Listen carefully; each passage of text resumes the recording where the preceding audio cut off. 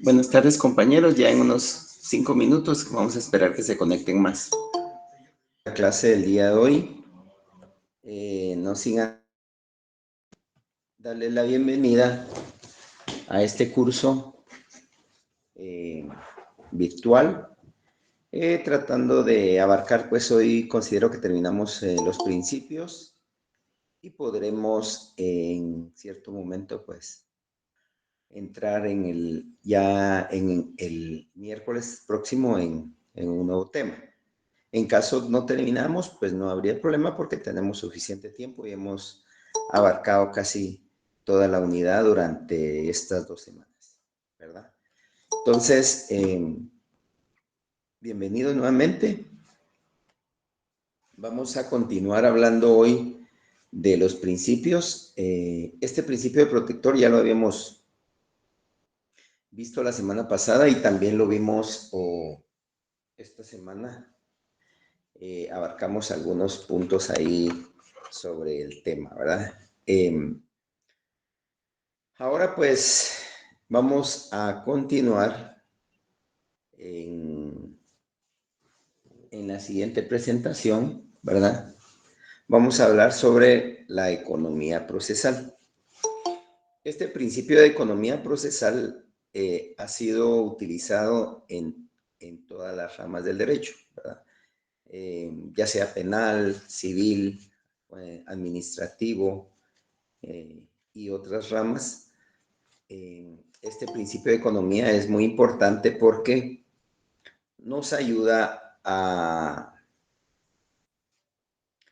acelerar los procesos de una manera más efectiva para evitar, pues, que las partes procesales resuelvan de una forma más corta la tramitación de sus procesos.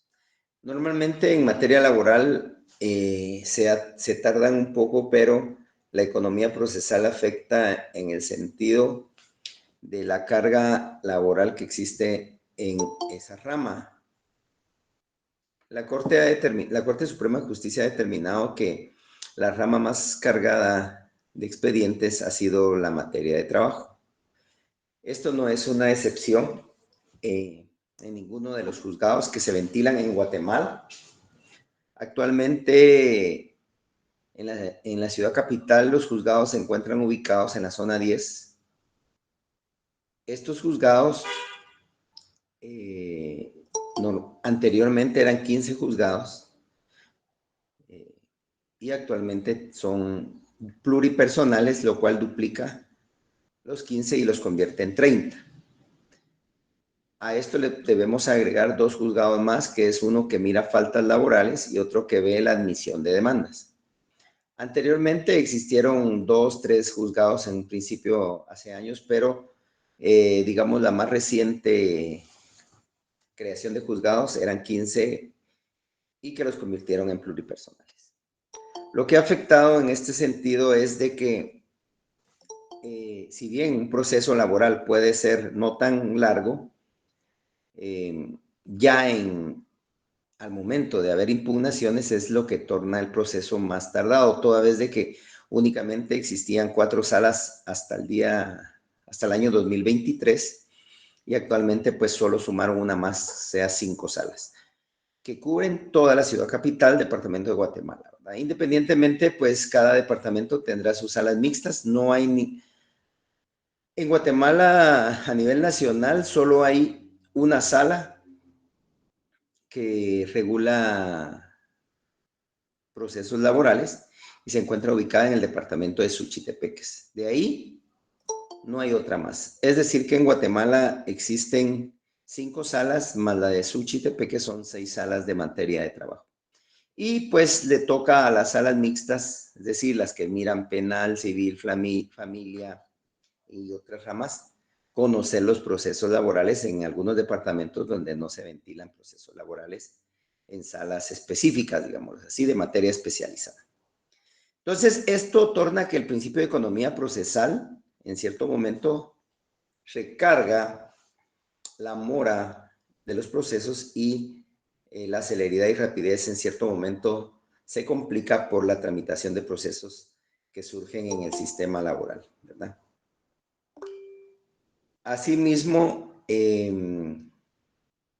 lo que puede tomarse en cuenta que una economía procesal puede afectar también cuando las partes procesales interponen recursos frívolos o improcedentes, toda vez de que ello lo que hace es retardar más el proceso. Entonces, la economía procesal también tiene otro obstáculo que es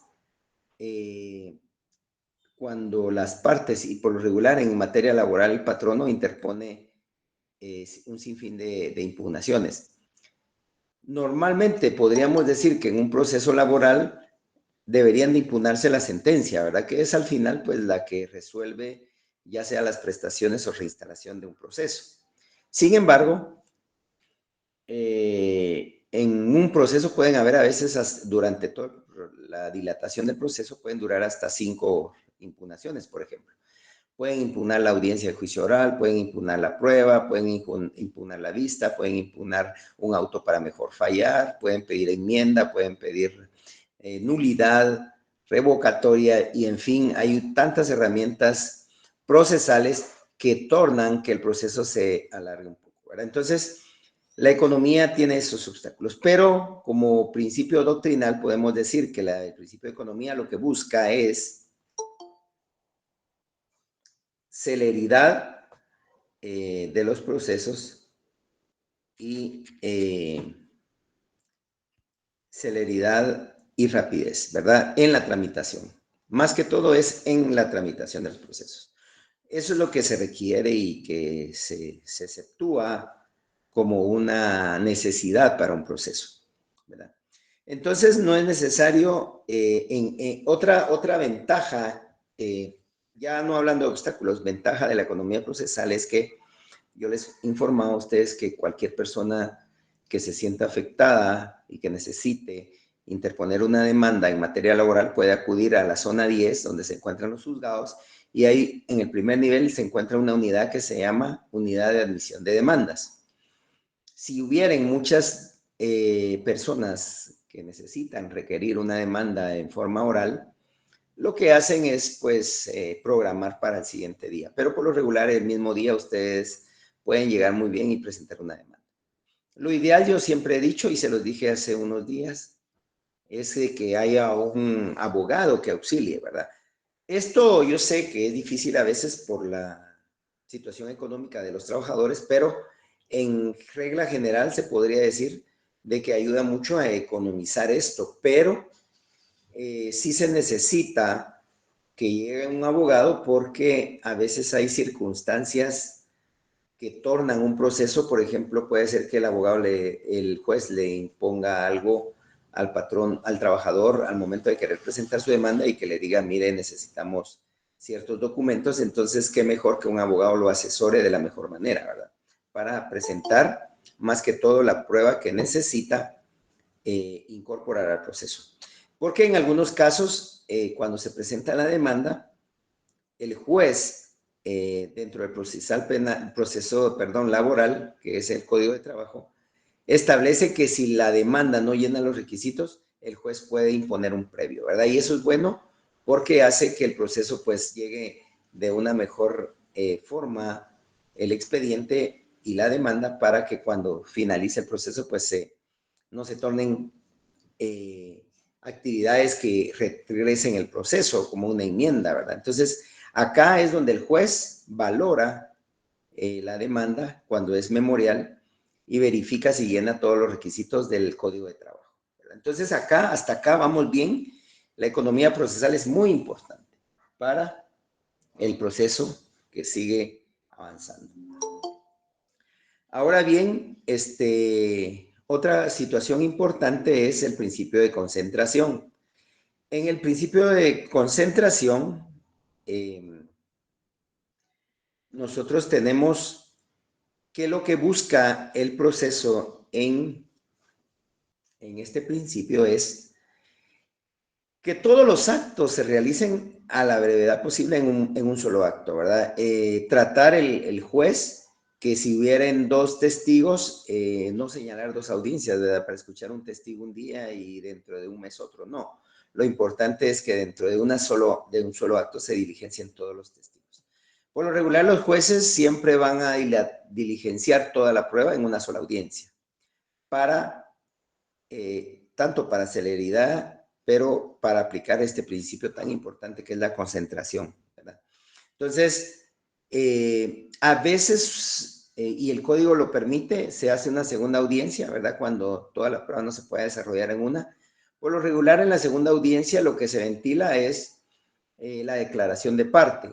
¿Por qué en la declaración de parte? Porque es más tardada, porque llevan un pliego de posiciones, tienen que interrogar a las partes y hacen una audiencia que ellos forman parte del proceso. Digamos, si el patrono o el trabajador presentan la declaración de parte como un proceso, como un medio de prueba necesario para el proceso, lo más seguro es de que sí pueda realizarlo en dos diligencias. Pero es lo más. Yo he escuchado en la mayoría de procesos que se ventilan en zona 10 que en la mayoría de procesos en una sola audiencia se ventila todo. Y solo he visto que suspenden para declaración de parte para que dé tiempo pues de presentar el pliego de posiciones y puedan hacer el interrogatorio que se necesita y el juez pueda valorar también la prueba en su momento. En los conflictos colectivos, el Tribunal de Conciliación y Arbitraje también es muy rápido y esto hace que duren 15 días. Desde la declaración de competencia de los mismos, eso está en el artículo 393. Nosotros vamos a ver dentro de la unidad, si no mal recuerdo ya se compartió el programa, y dentro de la unidad va a haber una unidad específica del arbitraje. Ahí vamos a ver cómo se ventila un arbitraje en materia laboral. Y aquí pues solo estamos viéndolo de manera general para saber que dentro de estas dos, tanto la conciliación y el arbitraje, pues se da una concentración. Algo muy importante es que el juez siempre busca la conciliación de las partes y es muy probable que en una audiencia, en la primera audiencia, que es la de juicio oral, el juez adviene a las partes y les dice si quieren conciliar, ¿verdad? Pero como el juez es el contralor de ese proceso, él debe verificar que esa conciliación se cumpla a cabalidad, no solo decir, bueno, estamos de acuerdo, que me pague, sino que el juez debe verificar si en realidad le van a pagar al trabajador. En algunas ocasiones han ido al banco, ahí en zona 10 hay dos bancos, está el GIT y a la par está el Ban Rural, y entonces lo que hacen es hacer de una vez el depósito, si llevaran cheque, ¿verdad? Para verificar que se cobre el cheque y que sí tenga fondos, para que dentro de la misma audiencia se ventile de una vez el pago de las prestaciones. Eso lo debe verificar juez en la conciliación. No se trata solo de decir, mire, señor juez, ya llegamos a un acuerdo y que el patrono y el trabajador digan, ya llegamos a un acuerdo. El juez siempre va a ser tutelar del trabajador. Entonces lo que va a hacer es velar porque esa conciliación sí se cumpla, que no es solo de decir un pago. Por ejemplo, en algunos casos, cuando se da la conciliación extrajudicial, digamos antes de que lleguen a la audiencia, en algunos casos se da, lo que hacen es presentan en la audiencia un recibo de pago, ¿verdad? Y ese recibo de pago únicamente va a tener una firma y una declaración mínima muy pequeña donde dicen recibo conforme tal cantidad. Eso el juez no le va a dar valor probatorio, no le va a dar valor porque la Corte de Constitucionalidad ha dicho que la conciliación en el caso de pago pueden presentar finiquito también y tampoco le va a dar valor. Exige, y más adelante, tal vez la otra semana vemos si les voy a mandar unas sentencias donde la CC ha indicado que el finiquito y el recibo como solos no crean prueba de pago, no configuran prueba de pago. Se necesita una transacción bancaria. Ahora está de moda las transacciones en línea o un cheque cobrado por el trabajador donde esté firmado por él que ya cobró el cheque. Entonces, en la conciliación, el juez tiene que verificar eso también, ¿verdad? ¿Qué tiene que verificar? Que el finiquito y el recibo coincidan con el cheque, coincidan con la transacción, pero principalmente debe coincidir con la cantidad exigida en la demanda, ¿verdad?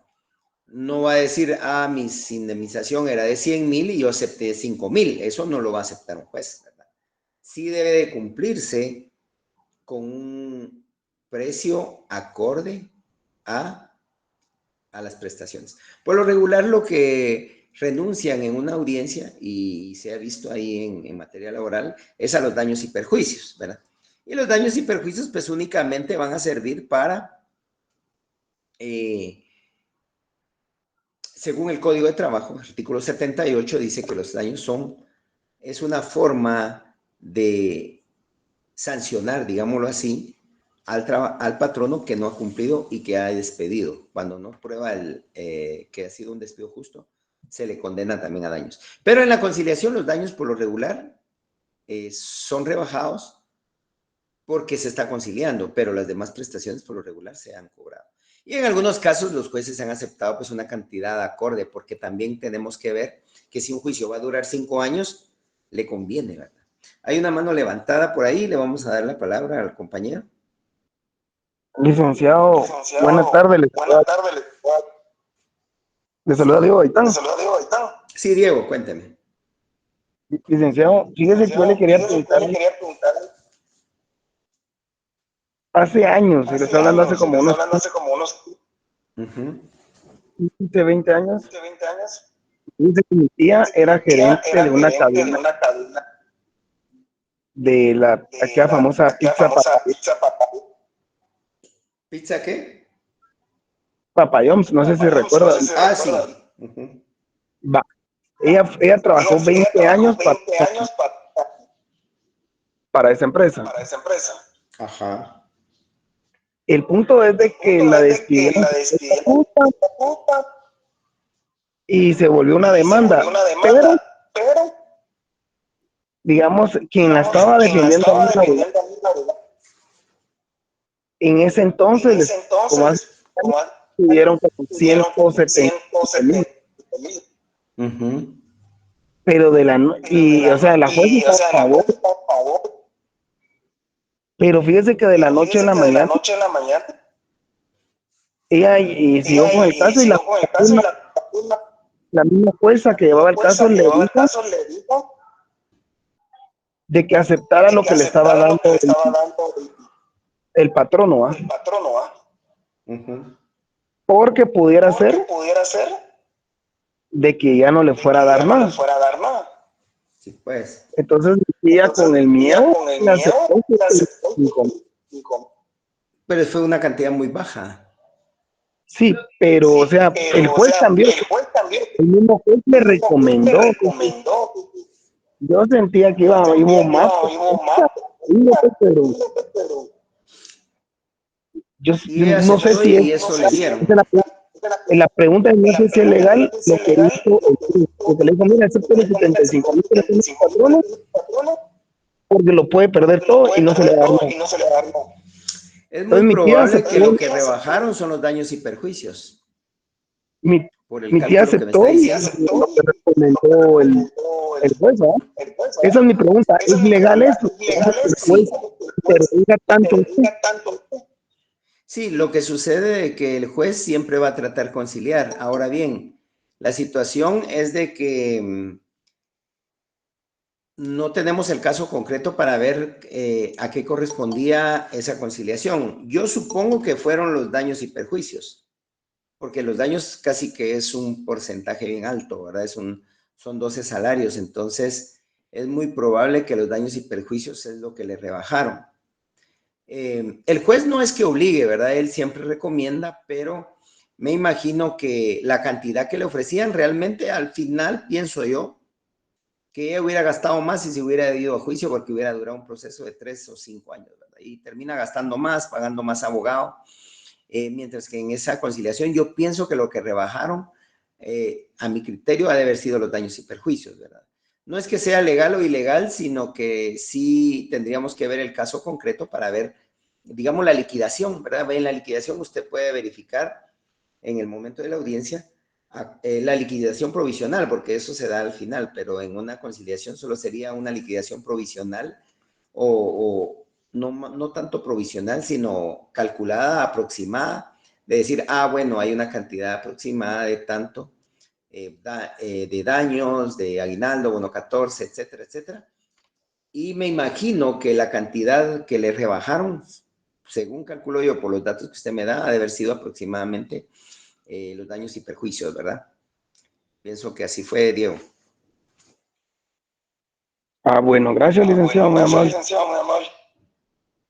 Está bien. Entonces vamos a seguir aquí con el apoyo de nuestra auxiliar. Ella está ahorita apoyándonos también con nuestro auxiliar Josué. También ahora tenemos dos auxiliares aquí que nos están apoyando. Vamos a continuar entonces. Vamos a seguir con el principio de concentración, ya finalizando. Los planos, dice aquí, pero son plazos. Me salió mal aquí. Plazos son perentorios, ¿verdad? Eso significa que si a usted le dan un plazo de 48 horas, ese plazo ya no se puede retrotraer, ¿verdad?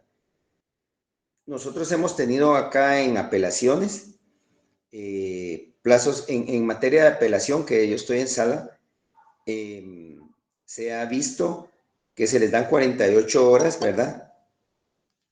A las personas, y algunos no cuentan bien sus horas y terminan presentando los agravios que se presentan en 48 horas.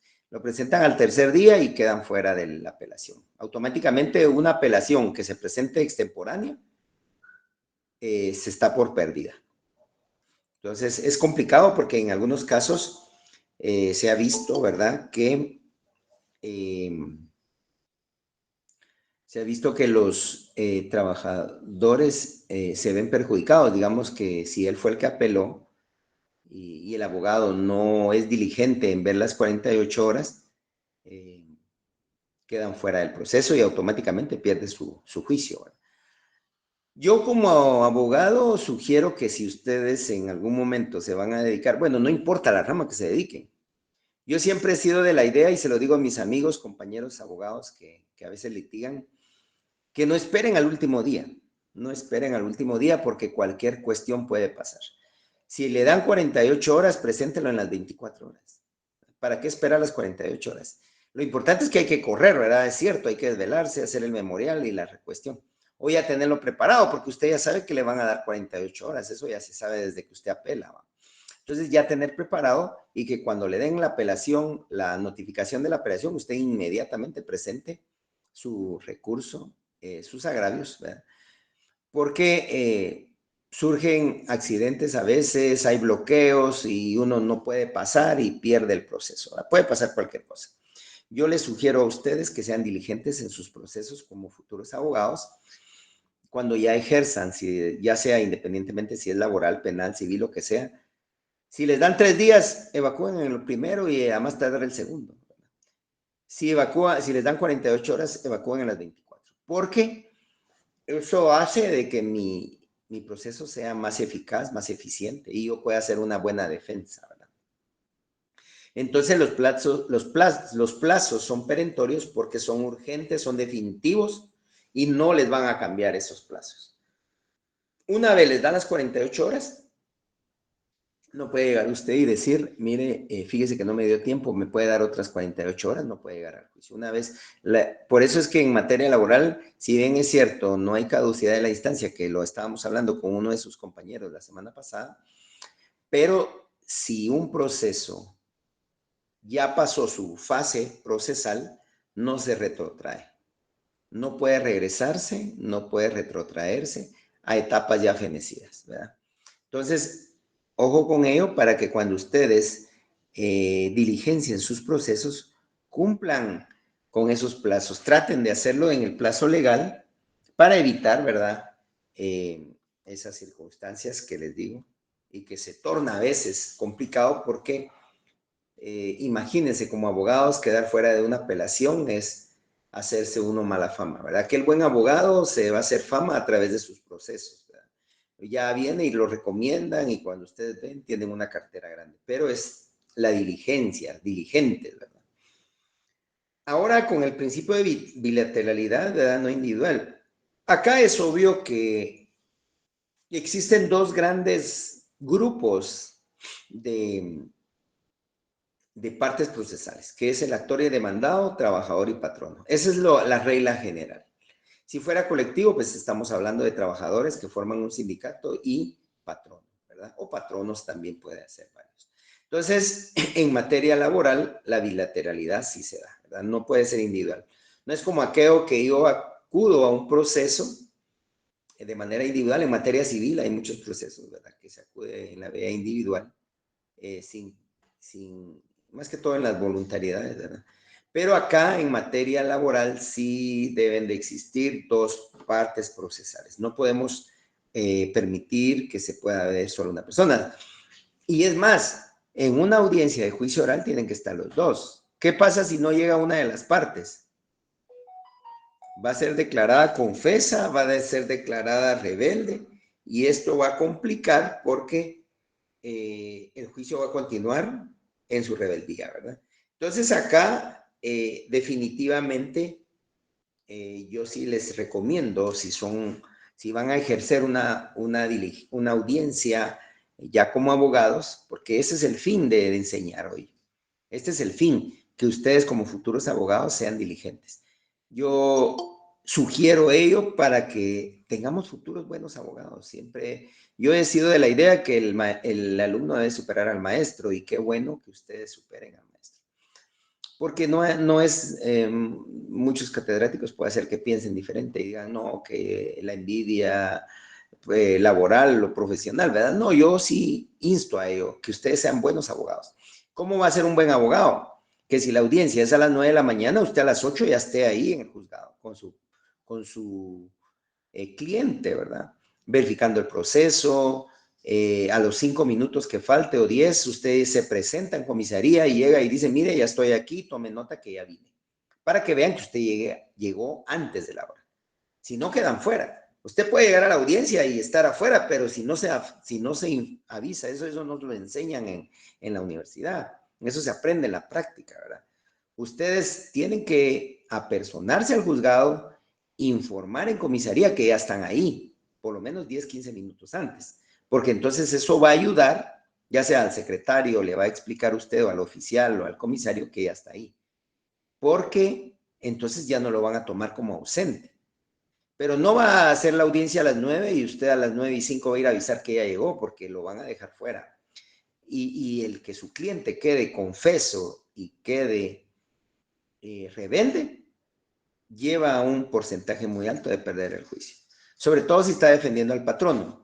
Porque en materia laboral, por la misma tutelaridad, si el trabajador es declarado confeso o es declarado rebelde, en algunos casos, aún así, el juez resuelve a favor del trabajador, no obstante que sea declarado rebelde, pero porque la valoración de la prueba se va a hacer conforme a la que presentó en la demanda. Entonces, el trabajador ya la presentó. Ahora en el patrono no, porque el patrono es en la audiencia oral donde se defiende de la demanda que se presentó contra él.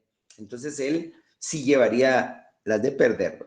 En algunos casos, nosotros nos llama mucho la atención, y llama mucho la atención, que en apelaciones que llegan a la sala, empiezan a alegar un fin de situaciones, ¿verdad? Hacen sus alegatos, ¿verdad? No es que peleen, alegatos se llaman en materia procesal.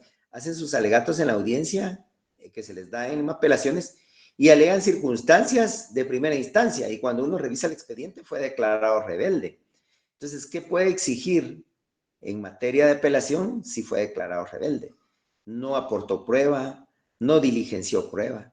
O sea, de eso hay vasta jurisprudencia también en materia constitucional. La CC ha dicho que si la persona, en el caso del patrono, es declarado rebelde, le afecta más al patrono que al trabajador, porque no va a poder diligenciar prueba, no va a poder aportar prueba y no va a poder oponerse a la demanda en su audiencia de juicio oral, que es donde se debe hacer todo esto. No obstante que pudo haber presentado un memorial, pero y por ejemplo, que el trabajador diga que dentro de los medios de prueba él quiere una declaración de parte. Entonces aquí se da una institución jurídica que se llama confesión ficta. ¿Qué es eso de confesión ficta? Es que se tienen por ciertas todas las afirmaciones que dice el trabajador en su plica, ¿verdad? Entonces automáticamente está aceptando el patrono todo lo que dice el trabajador. Si, digamos, dice, mire, me debe 5 años de vacaciones, se va a tener una confesión ficta de que sí eran 5 años. Mientras que si hubiera llegado, se hubiera podido poner, presentar medios de prueba que sí pagó 3 y solo debía 2, por ejemplo. Entonces, es importante que ustedes como abogados de los trabajadores o de los patronos, sí sean diligentes también en las audiencias, no solo en evacuar plazos, como lo habíamos visto en la presentación anterior, sino que también en la audiencia de juicio oral. Y por eso ahí está la bilateralidad, ¿verdad?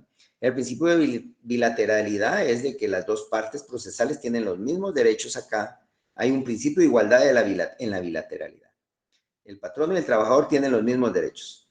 Si el trabajador llegó a las 9:05 y la audiencia era a las 9, lo mismo va a ser declarado rebelde, ¿verdad?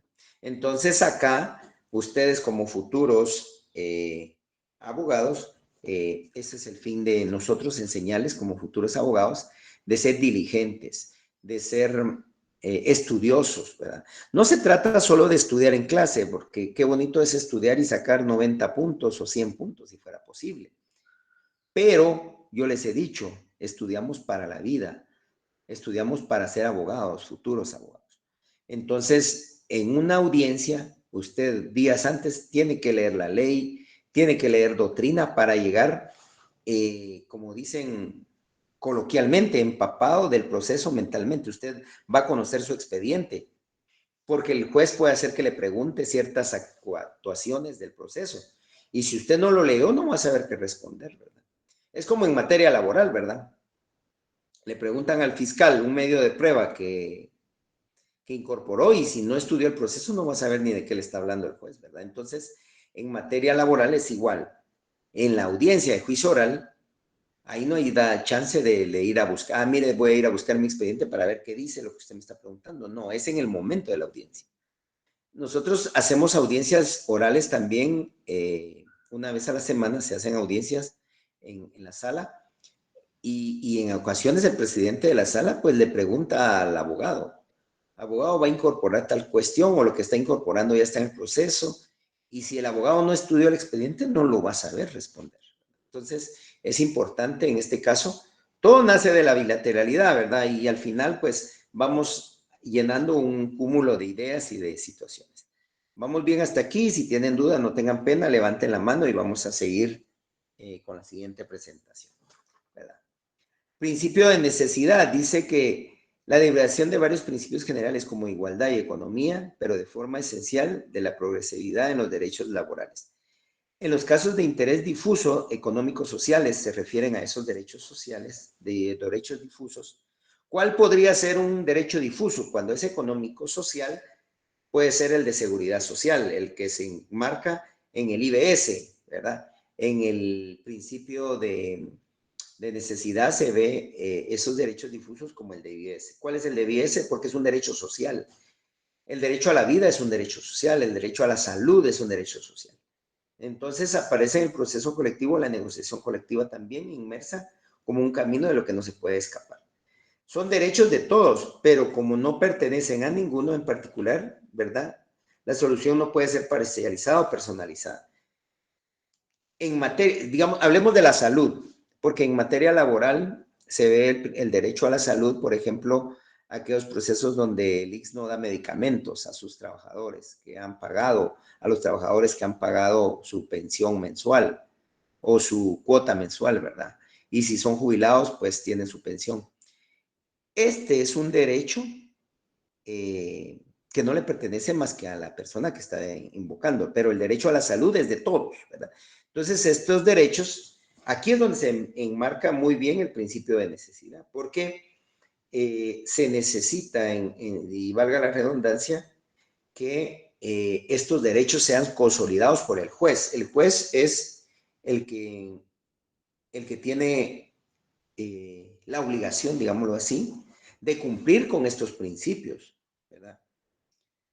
De no vulnerar esos principios para los trabajadores, ¿verdad? Entonces, en el ámbito jurídico, el principio de necesidad se va a referir a la idea de que una acción, intervención o medida solo debe tomarse cuando sea estrictamente necesario para lograr un fin legítimo. cuando no existan pues alternativas menos perjudiciales, ¿verdad? En el caso de lo que les decía, la salud, ¿verdad? Es un contexto de aplicación de la ley que implica que debe usarse cuando estrictamente sea necesario para proteger la vida. El juez va a aplicar este principio de necesidad. ¿Y dónde se consolida mejor? En el derecho a la salud.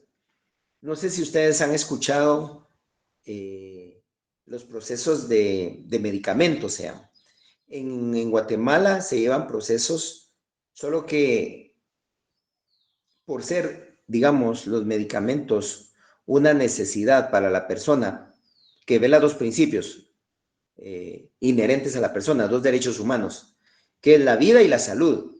Y entonces no existe un proceso ordinario, no existe un proceso oral para poder ventilar esas situaciones. ¿Qué existe? Una acción de amparo.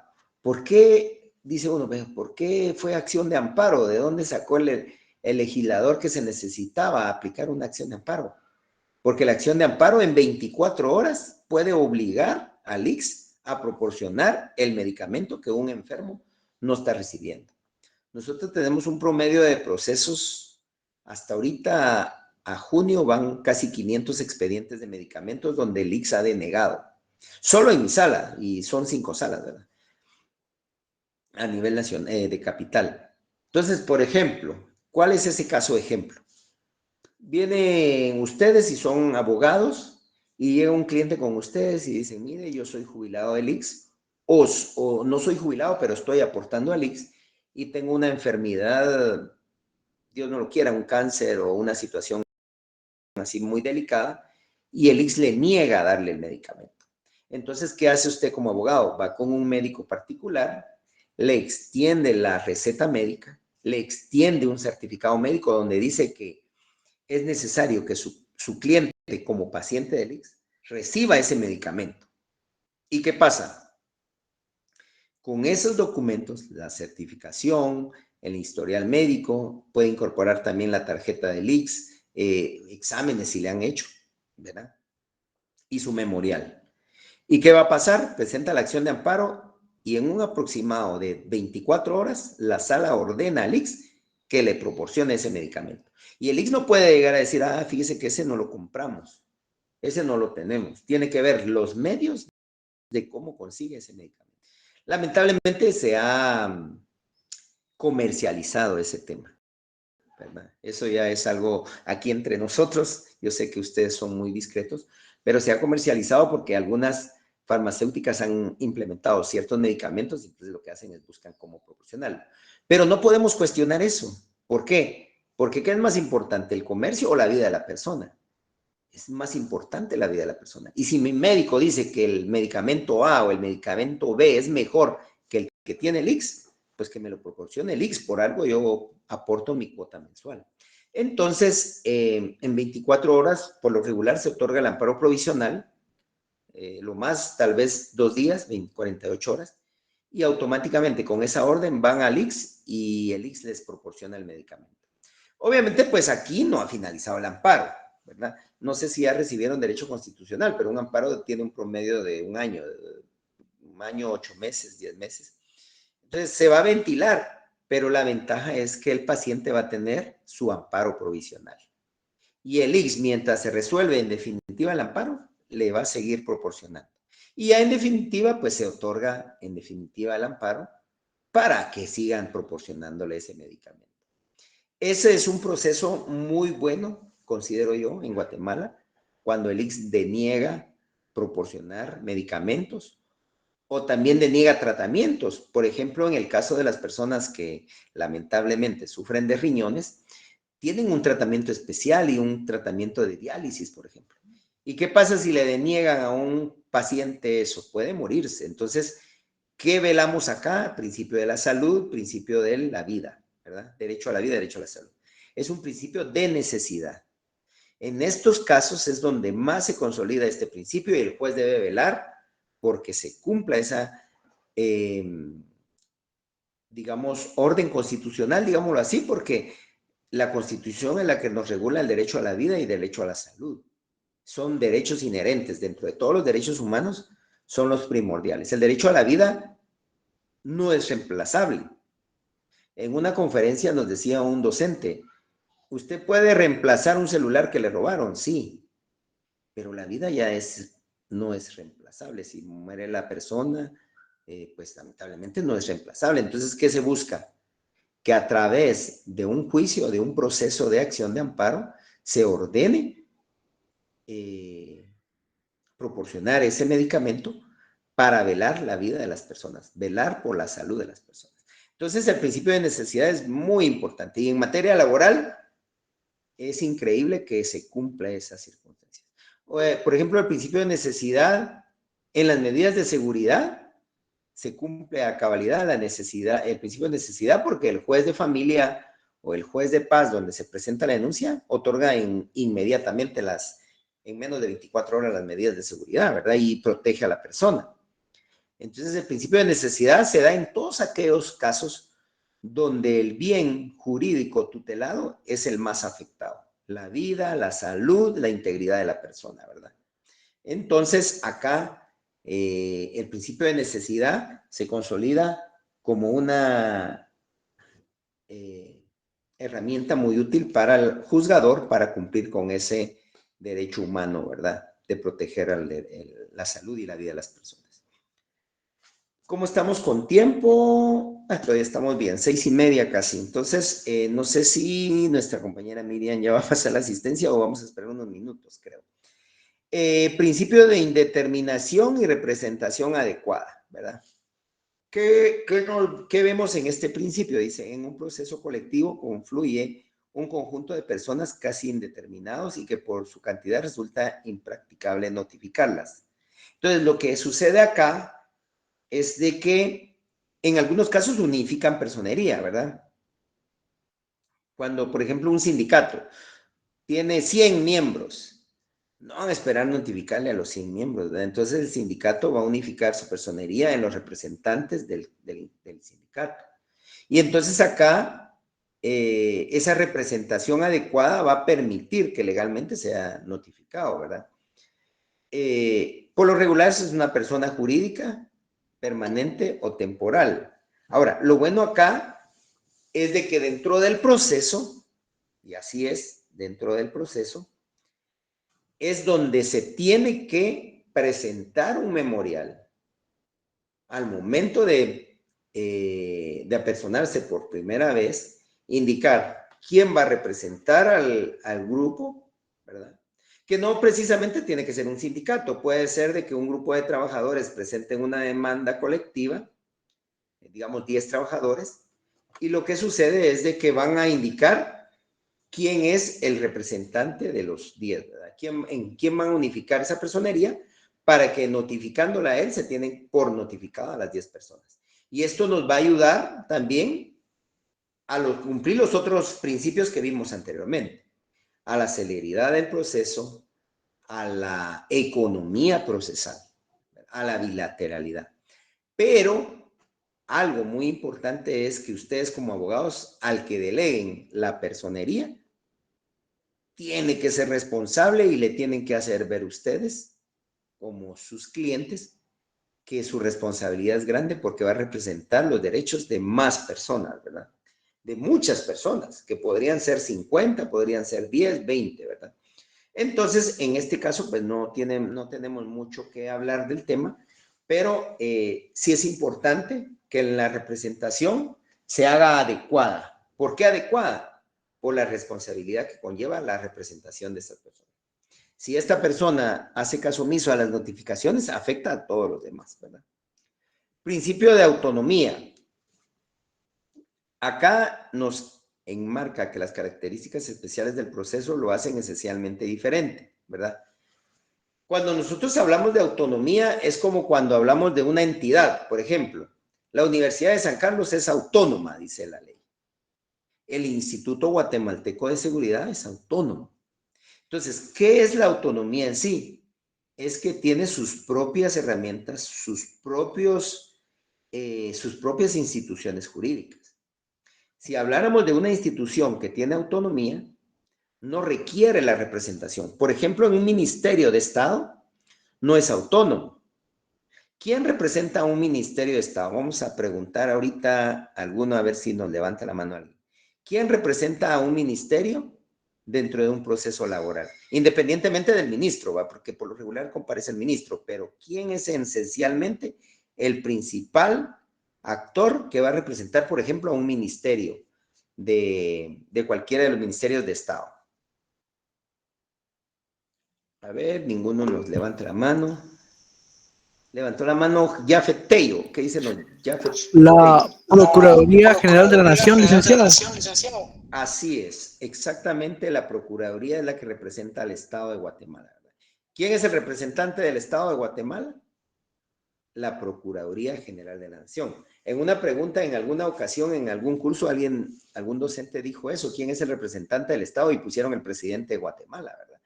Y no, debemos de saber que el representante del Estado de Guatemala es la Procuraduría General de la Nación. Entonces, dentro de un ministerio, no es autónomo, porque necesita de una entidad que se llama PGN o Procuraduría General de la Nación para representarlo. Mientras en tanto, el IX, por ejemplo, no necesita de la PGN, él actúa propio con sus propios mandatarios. La Universidad de San Carlos, todas las entidades que son autónomas no nos requieren de eso. Entonces, aquí es el ejemplo que les estoy dando de autonomía. Y el derecho procesal laboral es autónomo, porque tiene sus propios principios, sus propias reglas, no obstante que se coadyuva de otras ramas, pero también tiene las propias. Por ejemplo, el indubio pro operario. El indubio pro operario es un principio que solo está en materia laboral. Eso lo hace autónomo. El principio tutelar es un principio solo del derecho de trabajo, ¿verdad? Y así hay varios principios que ustedes ya los vieron en los considerandos y me los mencionaron la última clase y en las clases de la semana pasada, y que esto hace autónomo al derecho procesal laboral, ¿verdad? Y qué bonito porque tiene sus propios principios, sus propias instituciones, sus propias reglas, ¿verdad? Lo único que no tiene autónomo, lamentablemente, hasta la fecha, es que no cuenta con un código procesal del trabajo. Eso es lo único que no tiene autónomo. Necesita de un código procesal y por eso se usa el Código Procesal Civil y Mercantil como supletorio. ¿Qué artículo no lo dice? El 326 del Código de Trabajo nos remite al Código Procesal Civil y Mercantil. De ahí, por lo regular, es autónomo en su mayoría. Como principio, entonces, equivale a que los procesos se nutren de características específicas, ¿verdad? La defensa, la audiencia, el principio de legalidad, tiene sus propios caminos, por ejemplo, la conciliación, ¿verdad? Es un camino muy importante. Entonces, todo esto lo hace autónomo, ¿verdad? Diego Gaitán, cuéntenos. Licenciado, una pregunta, ¿no ha habido iniciativa para tener un Fíjese que código procesal? se le entrecorta un poco su señal. ¿Qué me preguntó? Disculpe. Si no ha existido una iniciativa para tener Ah, sí. un código Hay de trabajo. varias han existido en el Congreso. Hasta la fecha hay una, si no estoy mal, sigue una ahí en estudio, no ha pasado por ciertas cuestiones políticas, pero lo que pasa es que crear un código procesal sí conlleva mucho estudio, porque para evitar las falencias que tienen algunos códigos, ¿verdad? Guatemala pues ha utilizado normativas internacionales para ventilar, ¿verdad? Ciertos procesos. Ha utilizado, por ejemplo, legislación argentina, legislación de Costa Rica para crear algunas normativas, pero sí, su pregunta, sí, han existido varias iniciativas y si no estoy mal, actualmente hay una en discusión que no se ha logrado porque como aquí necesita de varios, digamos, operadores, ¿verdad? Varios agentes importantes. El Congreso no es solo, tiene que estar el Ministerio de Trabajo, el organismo judicial y varias entes que citan el Congreso para llegar a un acuerdo. Hasta la OIT ha intervenido para creación de normas en Guatemala. Entonces, es importante que este proceso pues surja definitivo, que necesitamos un procesal de trabajo para que ya sea autónomo al 100, ¿verdad? El derecho de trabajo. Pero hasta la fecha no se ha creado, sigue en estudios, sigue ahí en el Congreso, esperemos que enhorabuena pronto sea renovado y sea creado ese Código Procesal del Trabajo.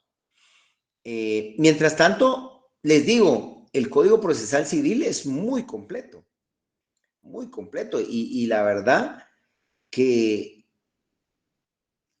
complementa de una manera muy buena al derecho de trabajo. La diferencia y lo único es que en el Código Procesal Civil, por ser civil, por conocer el derecho mercantil y civil, tiene una gama de procesos, ¿verdad? Hay sumario, hay interdictos, por ejemplo, que no están en materia laboral. Pero sí está el ordinario y el oral que nos es útil en materia laboral, ¿verdad? Y toda la parte principal, la primaria del código, donde nos regula, por ejemplo, la jurisdicción, la competencia, los medios de prueba, las excepciones, ¿verdad? Y esto es útil porque el 326, al momento de ser supletorio, dice que todo aquello que el Código de Trabajo no regule, se puede aplicar el derecho, el Código Procesal Civil y Mercantil. Ahora bien, si en el Código de Trabajo está, no se necesita esa supletoriedad, ¿verdad? Entonces, sí complementa muy bien el Código Procesal, pero enhorabuena sería que ya estuviera únicamente para la materia de trabajo. Y sí, la respuesta para el compañero es de que sí han habido varias iniciativas, no han pasado. Imagínense que desde que yo estudiaba, a mí me compartieron iniciativas de reformas y de creación de leyes, que hasta la fecha ni siquiera han surgido y ya hace varios años que me gradué, entonces no, yo era estudiante de la universidad y todo, ya estaban en el Congreso en discusión estas creaciones de normas, pero hasta la fecha no han surgido. Y esperemos que pronto esto surja porque nos ayudaría de gran manera, ¿verdad? Entonces, ahora ya vamos a las -20, vamos a ver si vamos finalizando ya con este principio, ¿verdad? Nos faltaron algunos, pero no importa, tenemos tiempo suficiente, vamos bien. No vamos a pasos agigantados, porque sí es necesario que ustedes entiendan y aprendan bien y pregunten y enhorabuena. Cuando estamos en presencial preguntan más, es bueno, ¿verdad? Entonces, primero Dios, la otra semana estaremos en presencial y pueden preguntar. Podemos retroalimentar los principios en cualquier momento. Tengo dudas si ustedes la otra semana que nos apersonemos el día miércoles tienen duda de alguno de los principios que vimos hoy, enhorabuena, lo volvemos a retomar. Lo importante es que lo aprendan. Yo les he dicho que ese es uno de mis objetivos principales, que aprendan, ¿verdad? Principio de reparación, mejora o reivindicación, ¿verdad? Como lo que busca el derecho de trabajo, en este caso, es reivindicarle derechos de trabajo a las personas, en este caso a los trabajadores, ¿verdad? Entonces, esto hace de que en materia laboral procesal busque mejorar esos principios, ¿verdad? Por eso es de que crean los famosos pactos colectivos. Un pacto colectivo es una mejora a los derechos. Por eso les he dicho yo y se los he recalcado. ¿Qué son los derechos de trabajo? Constituyen un mínimo para el trabajador. Constituyen un mínimo de derechos para el trabajador. Entonces, ¿qué busca un pacto? Mejorar estos derechos. O reivindicarlos si se los han afectado. Repararlo. ¿Cómo va a repararse, por ejemplo? Pues si le han vulnerado un derecho laboral, por ejemplo, a una persona que está en estado de embarazo y la despiden, ¿verdad? Es prohibido en la legislación que se despida a una persona en estado de gravidez. Entonces el juez va a ordenar esa reparación, esa mejora, esa reivindicación de derechos para estas personas, ¿verdad? Denme un chancecín porque se me va a apagar la compu.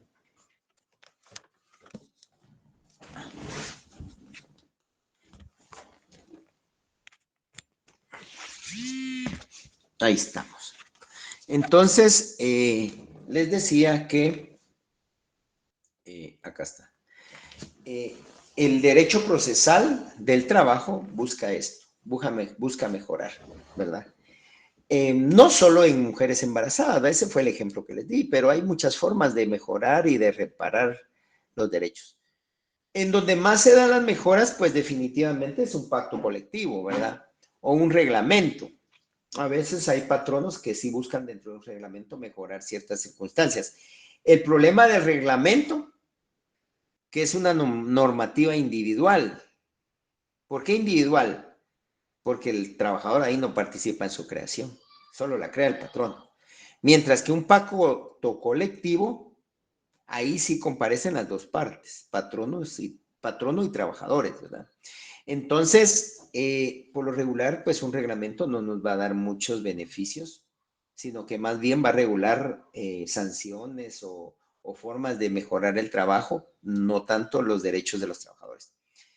Por eso se ha dicho que, por ejemplo, hay una persona dentro de una institución que es considerada de confianza, un gerente, por ejemplo, en materia privada, o un director en un ministerio estatal.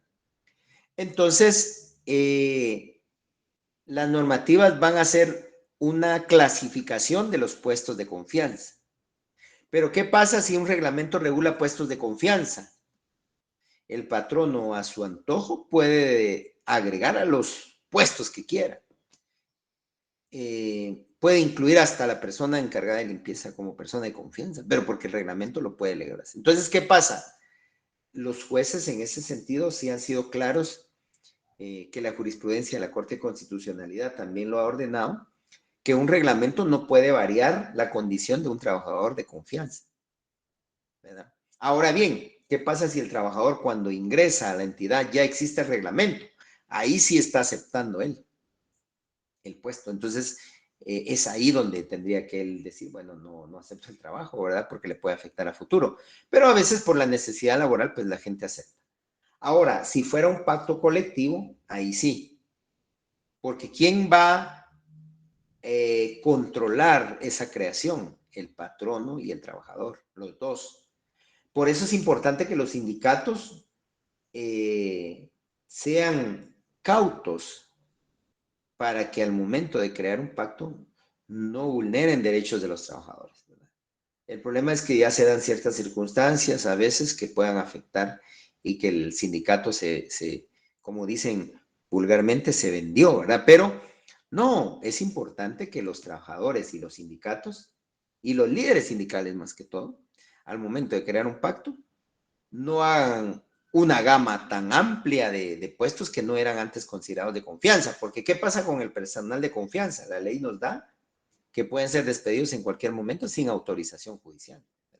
Entonces, sí es importante, todo sale del principio de reparación, mejora y reivindicación, que esa reparación, esa mejora y esa reivindicación debe ser acorde al principio tutelar del trabajador, acorde al principio prooperario, en favor del trabajador, no en contra del trabajador, porque el 106 sí nos da que constituyen un mínimo de derechos del trabajador y no pueden irse para abajo, sino tienen llamados a superarse, ¿verdad?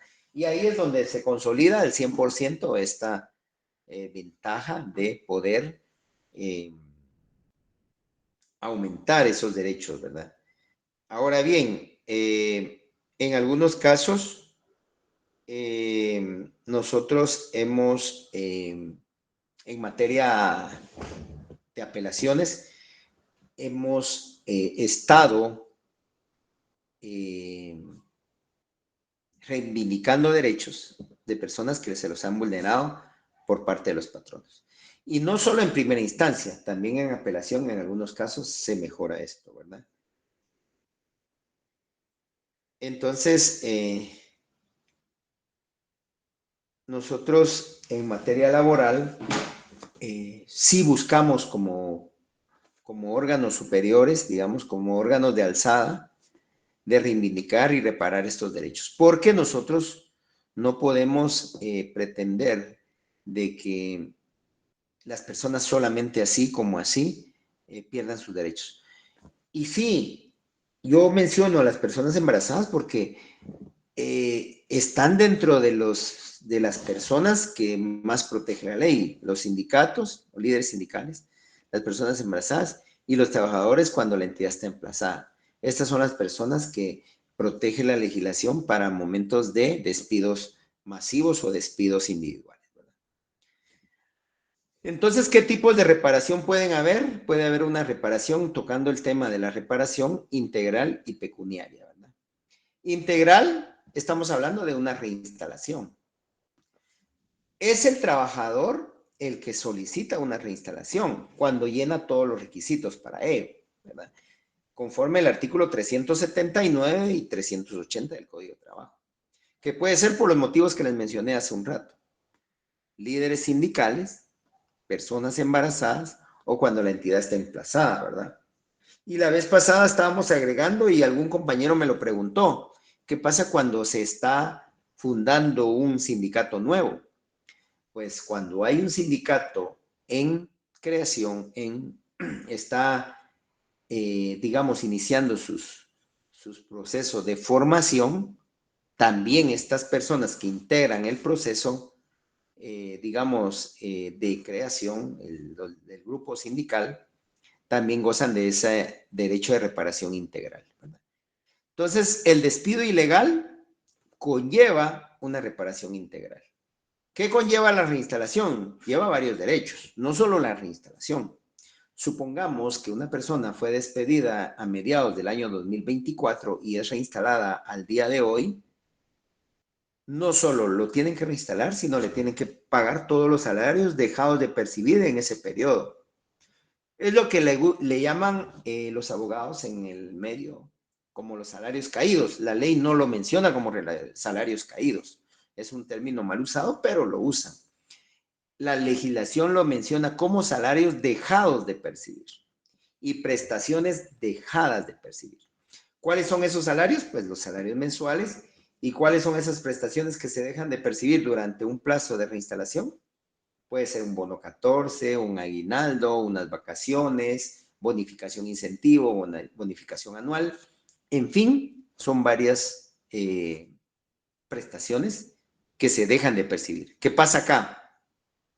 La reparación integral no solo es la reinstalación, ¿verdad? Porque viene amarrada de la reparación pecuniaria, ¿verdad? ¿Y cuál es esa pecuniaria? Pues las prestaciones y salarios dejados de percibir. Ahora, si fuera solo pecuniaria, que no está unida a la integral, significa que es un proceso de juicio ordinario de pago de prestaciones por despido injustificado.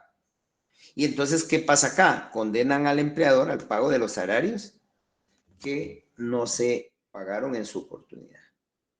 Y prestaciones, aquí faltaría y las demás prestaciones. Entonces, la reparación va de la mano, la integral y la pecuniaria.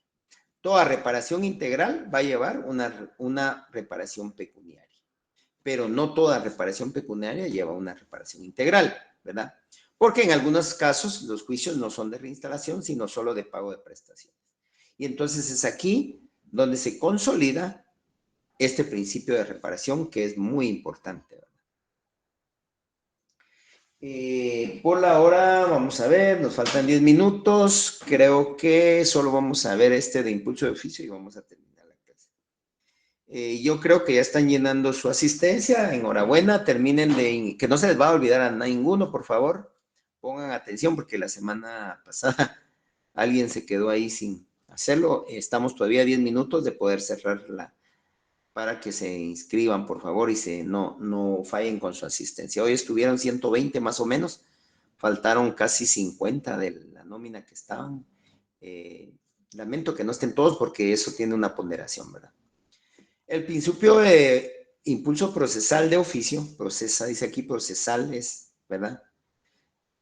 En un juez va a promover el proceso y él va a señalar las audiencias. Por ejemplo, yo presento mi demanda ante un juez de trabajo como abogado defendiendo a mi cliente y el juez no va a esperar que yo le presente otro memorial y le diga, mire, señáleme audiencia de juicio oral. No. Una vez presentada la demanda, obviamente está dentro de las peticiones, pero el juez ya debe señalar esa audiencia porque así lo regula la ley. Presentada la demanda, el juez señalará día y hora, dice el código, ¿verdad? Y señalando la audiencia va a seguir así todas las fases procesales hasta sentencia.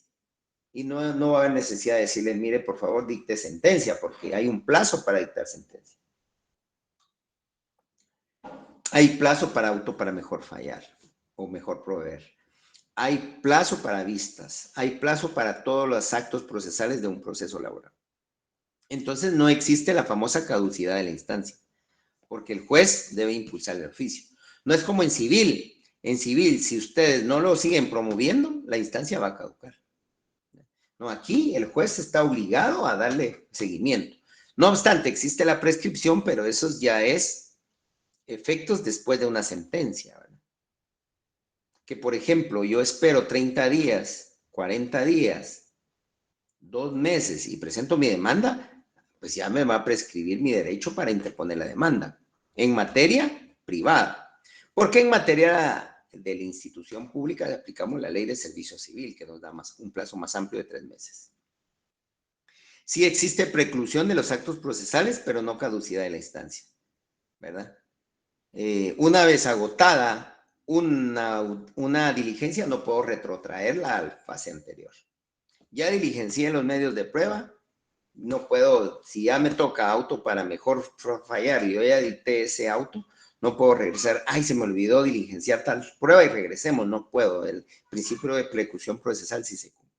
Y va de la mano con el impulso procesal de oficio, porque nosotros sí tenemos eso en materia laboral. Quizá el impulso de oficio merma un poco por lo que les decía hace un rato, por la cantidad de procesos que existen en Guatemala laboral, que es demasiada carga, entonces eso hace que a veces el impulso de oficio se vaya deteniendo un poco, pero eso no obsta que el juez esté obligado a señalar audiencias si en el plazo conforme va conforme la legislación y conforme va el expediente. Debe señalar. No sé si hasta acá hay alguna pregunta, pues si no, vamos a dejar ahí, ya nos cansamos un poquito, así les damos tiempo para que se vayan, para los que no están en casa, ¿verdad? Que puedan avanzar también. Sí quisiera que cada uno de ustedes puedan anotar su asistencia antes de retirarse, por favor. Y si no, pues lo dejamos acá. Espero verlos el día miércoles. Lleven sus leyes. Hay un folleto que están vendiendo también ahí en el área de venta de libros que tiene algunas leyes. Si ustedes quieren adquirirlo, si ya tienen los códigos, pues también no hay problema. Lo importante es que usen nuestras leyes.